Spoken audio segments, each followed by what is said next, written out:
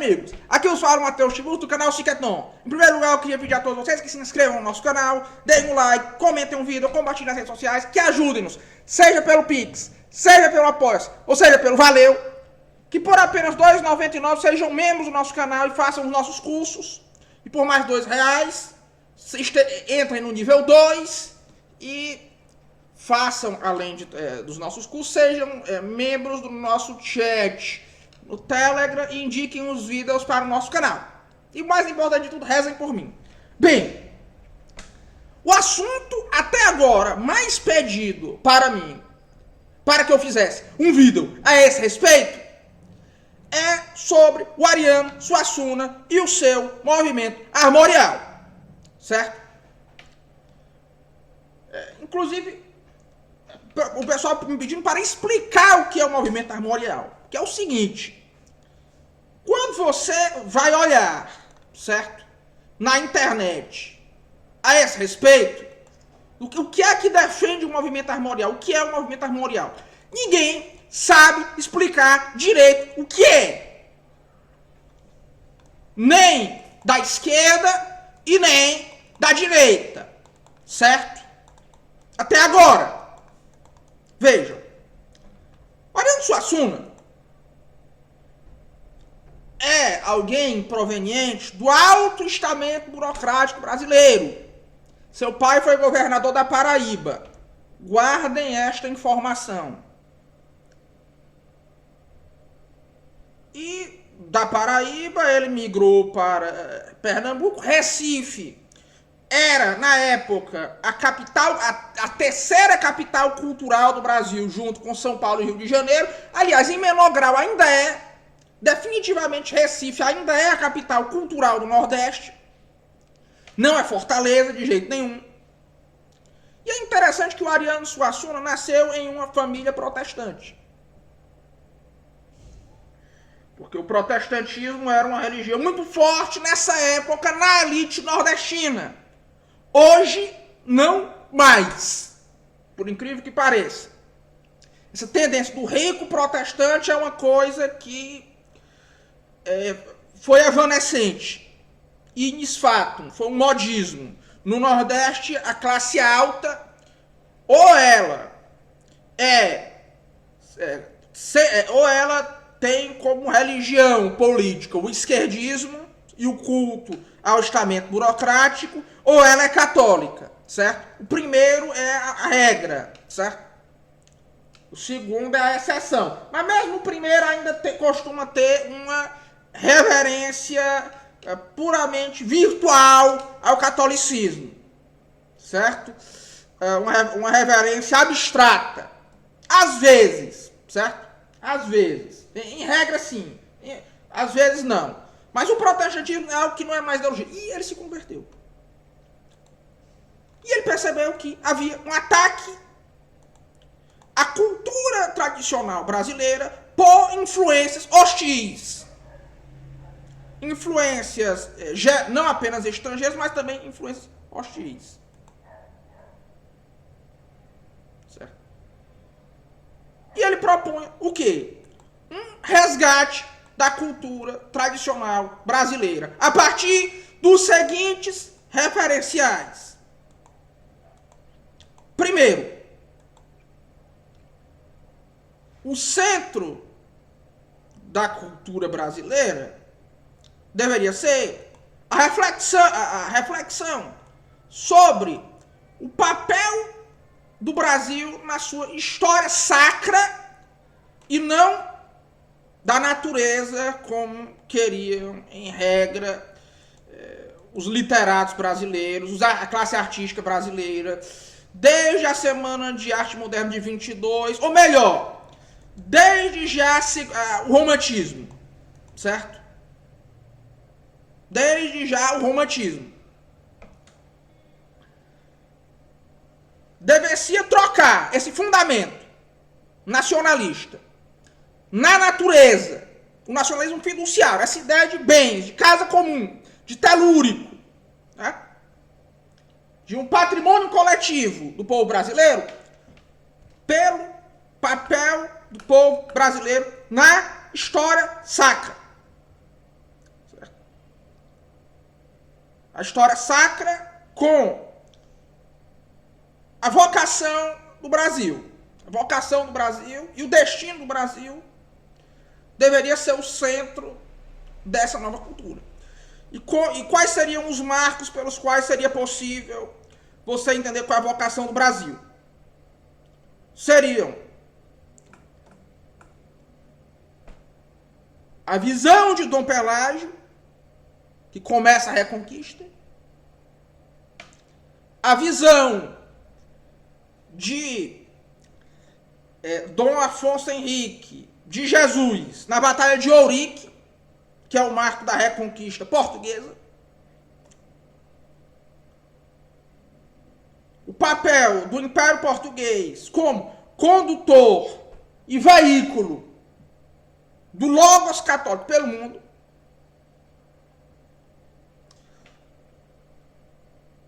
a Batalha de Guararapes, na qual houve uma união das várias raças no Brasil contra um invasor hostil, e ocorreu, de certa forma, uma conversão também desse invasor hostil, de maneira que esse invasor, em grande parte, foi assimilado e absorvido à cultura brasileira. Vejam que o elemento holandês, né, o Ariano Suassuna também tem uma reverência pelo que os holandeses deixaram de bom aqui depois da sua assimilação e conversão ao catolicismo. Certo? Porque eles foram assimilados pelo Logos.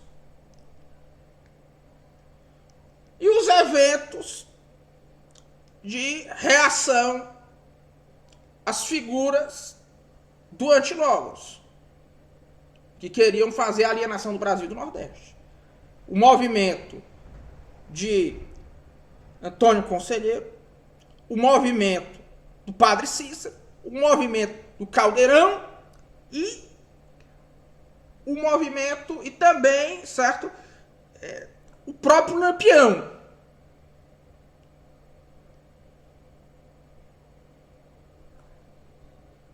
Que é uma coisa com a qual eu não concordo muito. Mas o Lampião seria uma figura que para ele seria uma espécie de lado, digamos assim, lado obscuro dessa desagregação que o Nordeste sentiu, desse massacre que o Nordeste sentiu, dessa disrupção que foi imposta pelas várias lideranças do Brasil ao Nordeste, que seria o âmago da cultura brasileira, e ao catolicismo nordestino. Agora, porque o segundo ponto que é muito importante. E por que o movimento armorial tem esse nome? Simples. Porque é uma das razões pelas quais a obra do Ariano Suassuna é hoje difícil. Ainda que para a sua época fosse relativamente fácil. Porque o Ariano Suassuna pega uma formas literárias tradicionais da cultura luso-brasileira. O alto, a farsa, né? O teatro, o romance. Romance no sentido do galaico português. Mas tem uma coisa fundamental. É que a fonte de motivos dele é uma coisa que hoje no Brasil ninguém mais conhece, principalmente na direita, que é a heráldica. Que é o sistema de armas e brasões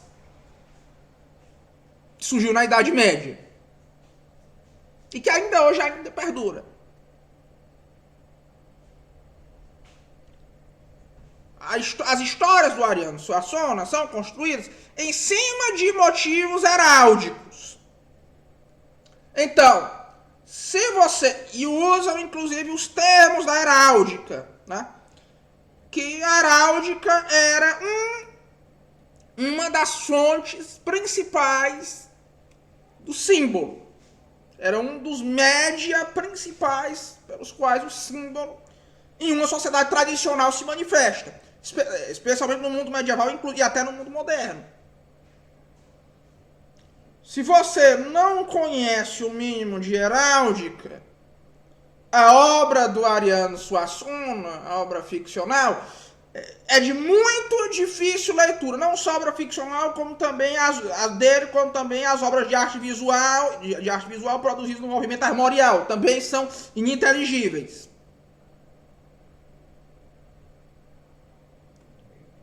Por exemplo, quando o Ariano Suassuna conta uma determinada história, ele geralmente não se refere às cores pelo seu nome usual, ele se refere às cores pelo seu nome heráldico.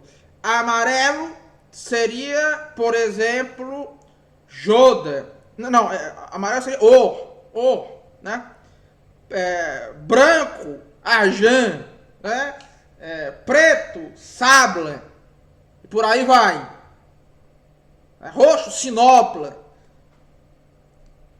Se você não entende isso, aliás, se você não entende isso, você não vai entender a obra do Ariano Suassuna. Aliás, se você não entende como funciona a heráldica, você não vai entender bem grande parte da cultura. Agora, houve uma corrupção no movimento armorial. Por quê? Porque o movimento armorial, ele se tornou, em muito pouco tempo, uma espécie de movimento filosófico de corte do estamento burocrático pernambucano e menor grau paraibano, certo? E menor grau da Paraíba, Alagoas, certo? Ele acabou virando uma justificativa de discurso da oligarquia do Miguel Arraes, que foi a última oligarquia da esquerda católica no Brasil. Mas como toda a esquerda católica, ela sempre degenera para virar apenas esquerda. Certo? E o Ariano Suassuna acabou virando um justificador desse discurso. Ele e os outros membros do movimento armorial, como a família Brenan, os irmãos Brenan, né? Francisco Brenan, Ricardo Brenan, acabaram virando justificadores desse discurso. Justificadores dessa oligarquia da família Arraes, que é uma lealdade tribal burocrática. E nisso eles caíram em um erro, em um alçapão, que é o do terceiromundismo.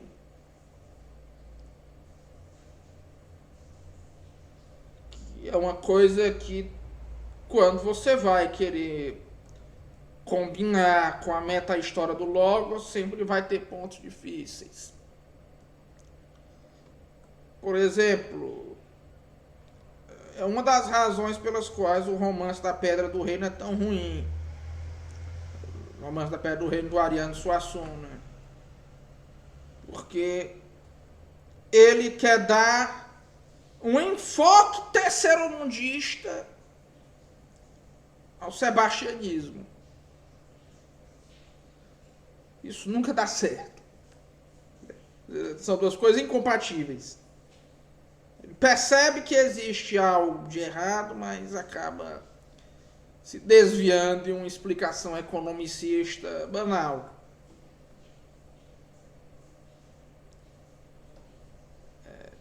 Tanto que o Ariano Suassuna, por exemplo, ele tinha uma... Ele, por certo momento, teve uma veneração ao Lula. Ele dizia que o Lula era o maior presidente do Brasil porque tirou o Brasil do FMI. Mas isso mudou antes da morte. Antes de ele morrer, ele declarou apoio ao Aécio Neves. Certo? Isso aconteceu, de fato. Mas foi um movimento de grande valor. Tanto que a obra teatral do Ariano Suassuna, por exemplo, e as produções nas artes visuais dos irmãos Brenan são, nos seus meios, talvez as últimas coisas que no Brasil ainda se aprecia em uma grande margem. Porque, por exemplo, o teatro no Brasil, Nelson Rodrigues, o penúltimo grande dramaturgo. Ariano Suassuna, o último grande dramaturgo. Qual é um dramaturgo depois, posterior a esses, cujas peças ainda são lidas, ou pior ainda, encenadas? Não tem. Não tem. Mas é inegável que o movimento armorial tinha soluções muito importantes.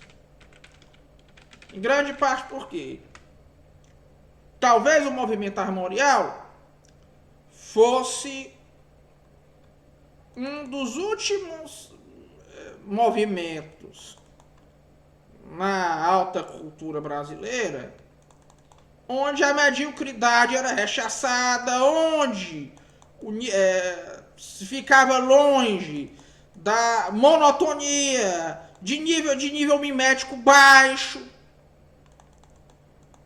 Havia ainda naquela forma, às vezes muito simples, aparentemente, mas na verdade não era simples, era extremamente complexa, se você for ver bem. Mas havia em uma forma aparentemente simples, né, algo de abstração muito profunda. Uma ficção de abstração profunda.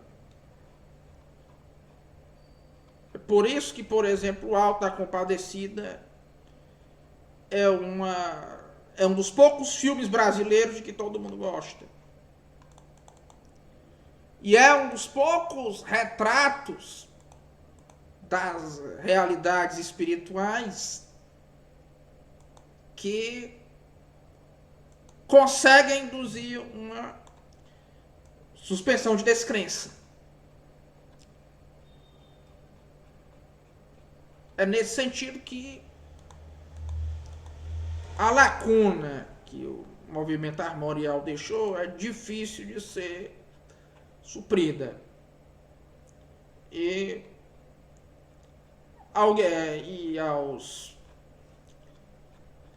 agora, há muita coisa ainda que possa ser aproveitado em termos de soluções. Se você pode fazê-lo, façam. E façam agora. Pois é fundamentalmente isso. Um forte abraço a todos e até logo.